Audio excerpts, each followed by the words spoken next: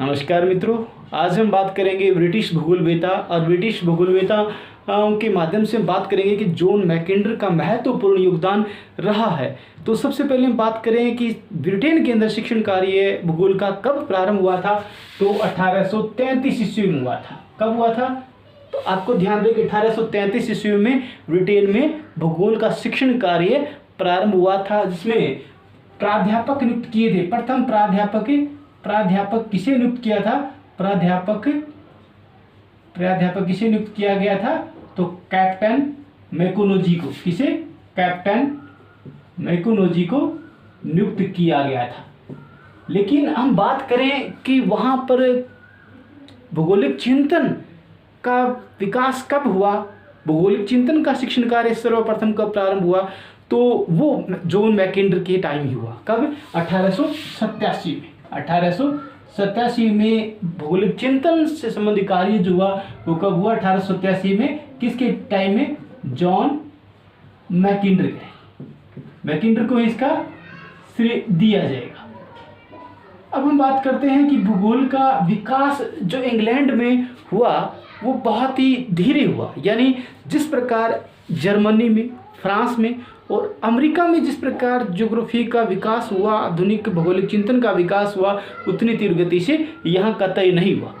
और ये कहीं ना कहीं इनके पिछड़ेपन का भूगोल का यह कारण भी कह सकते हैं। यानी भूगोल में यहाँ उच्च शिक्षा प्राप्त करना कहीं ना कि उपेक्षित था, यानी निंदनीय था। तो सबसे पहले हम बात करें कि सामरविले नाम की एक ज्योग्राफर सबसे पहले 1780 में जन्म हुआ। किसका? सामरविले का। सामरविले और मृत्यु इनकी 1872। इन्होंने ज्योग्राफी में सर्वप्रथम यानी भूगोल में इन्होंने कार्य किया और इन्होंने एक पुस्तक लिखी। कौन सी? भौतिक भूगोल जो प्रथम पुस्तक थी, भौतिक भूगोल एक पुस्तक लिखी। कब प्रकाशित हुई? 1848 ईस्वी में, यानी 19वीं सदी की प्रथम भूगोलवेत्ता।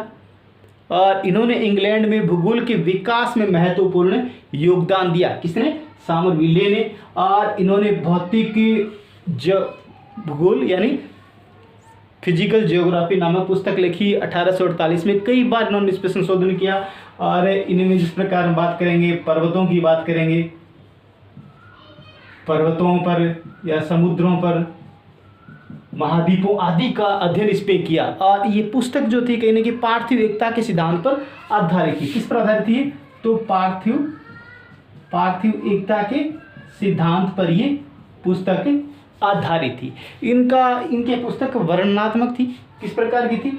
ये पुस्तक इनकी वर्णनात्मक थी, वर्णनात्मक रोचक थी। यानी ये पुस्तक कहीं ना कहीं अधिक ज्ञान प्रदान करने वाली थी, लेकिन कहीं ना कहीं भौगोलिक चिंतन के स्तर की बात करेंगे तो वहाँ शून्य था। यानी भौगोलिक चिंतन के तौर पर इनका जो योगदान था वो शून्य था। भूगोल के तौर पर इनका योगदान महत्वपूर्ण था, लेकिन भौगोलिक चिंतन के तौर पर इनका योगदान है वो शून्य ही कहा जाएगा।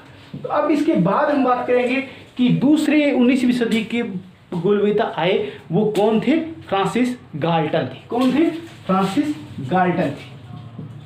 फ्रांसिस गाल्टन दूसरे भूगोलवेत्ता थे जिनका जन्म 1700 कब हुआ? इनका 1822 में और 1911 में इनकी मृत्यु हुई।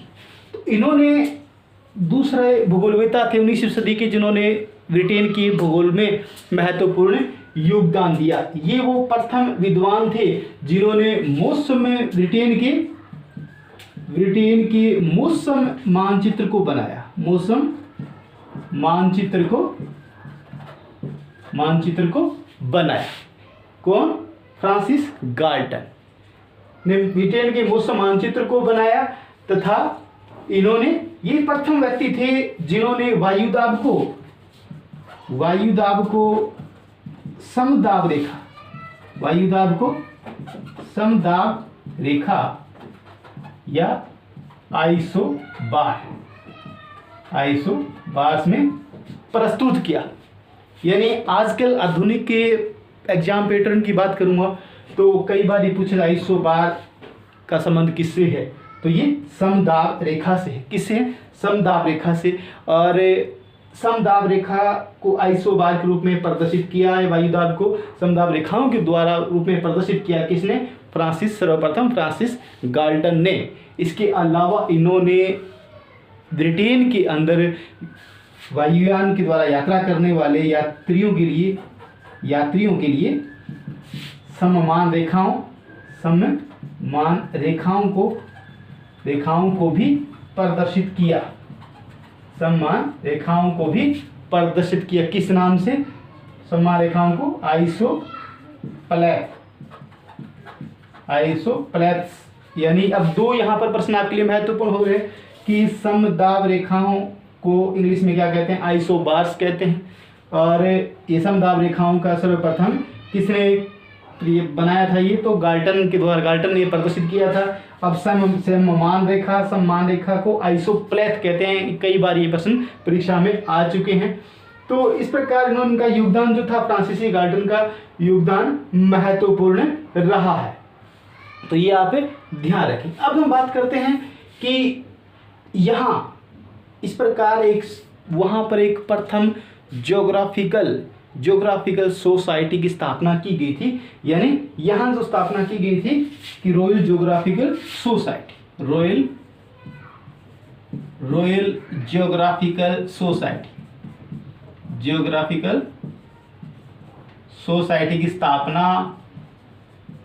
सोसाइटी की स्थापना जो है वो 1834 में हो चुकी थी।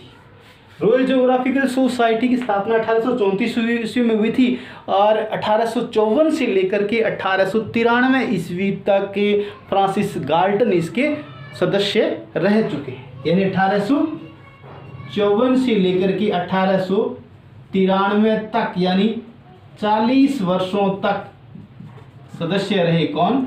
Francis Galton. और इसकी सदस्यता उस समय क्या है? ब्रिटेन के अंदर महत्वपूर्ण पद माना जाता था। ये रॉयल ज्योग्राफिकल सोसाइटी का कार्य क्या था?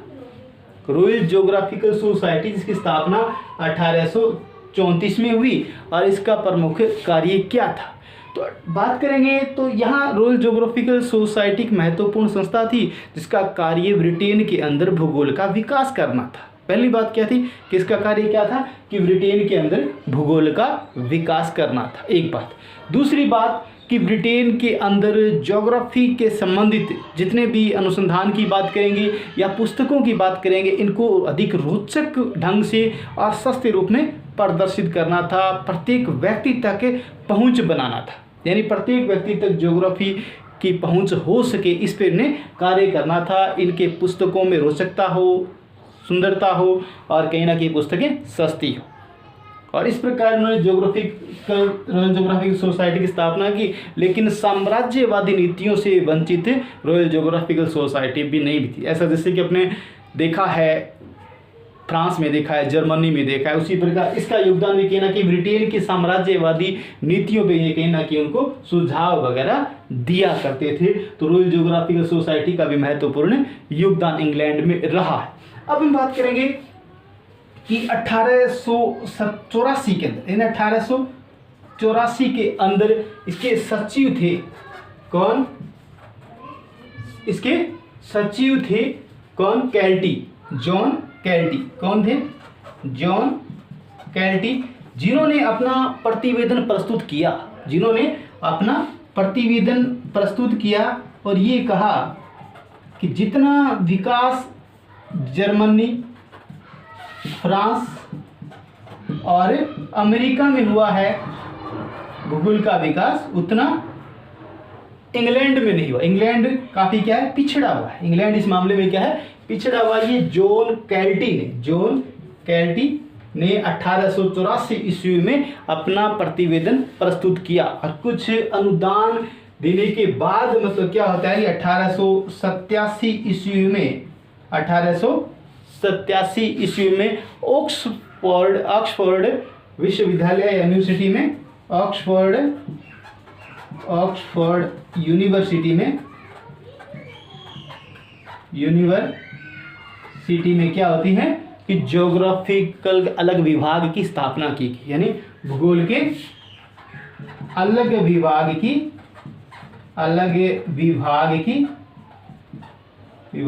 स्थापना की गई।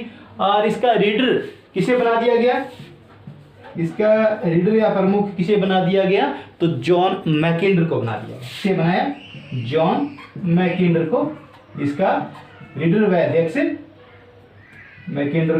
जॉन मैकिंडर को रीडर व अध्यक्ष बना दिया गया। 1888 ईस्वी में यानी एक वर्ष के ठीक बाद कैम्ब्रिज यूनिवर्सिटी में भी भूगोल विभाग की स्थापना कर दी गई। किसकी, कैम्ब्रिज यूनिवर्सिटी में भी क्या होगी, यूनिवर्सिटी में अलग से भूगोल विभाग की स्थापना कर दी गई। यानी 1888 ईस्वी में कैम्ब्रिज विश्वविद्यालय में भी क्या कर दी, यूनिवर्सिटी में भूगोल विभाग की स्थापना कर दी गई, जिसके अध्यक्ष किससे बनाए गए, ओल्डहैम को। किसे, ओल्डहैम को इसका प्रमुख बनाया गया। किसे बनाया गया, तो ओल्डहैम को इसका अध्यक्ष बनाया गया। अब हम बात करें कि 1888 के अंदर जैसे अपने बात की ऑक्सफोर्ड यूनिवर्सिटी के अंदर अलग से भूगोल विभाग की स्थापना की, यानी प्रारंभ था अलग से भूगोल विभाग की स्थापना का। और 19वीं सदी के प्रथम दशक में आते आते क्या हो गया, प्रत्येक यूनिवर्सिटी के अंदर क्या अलग से भूगोल विभाग की स्थापना हो चुकी थी।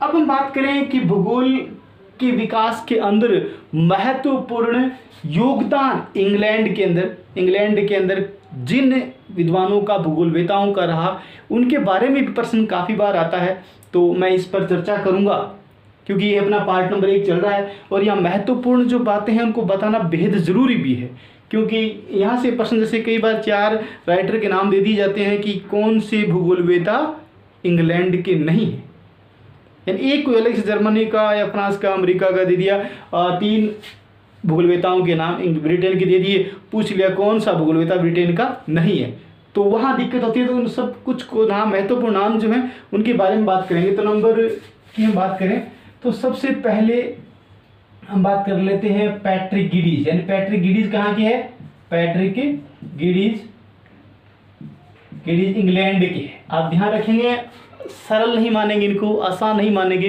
परीक्षा के लिए महत्वपूर्ण है। मैं फिर आपको कह रहा हूँ, पैट्रिक गिडीज, जॉन्स, महत्वपूर्ण जो विद्वान हुए, Johns, साफेट, चीशॉलम, रॉक्सबी, वुलरिज, failure, Dudley stamps,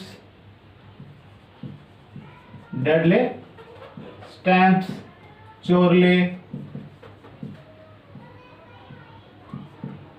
Peter हेगेट,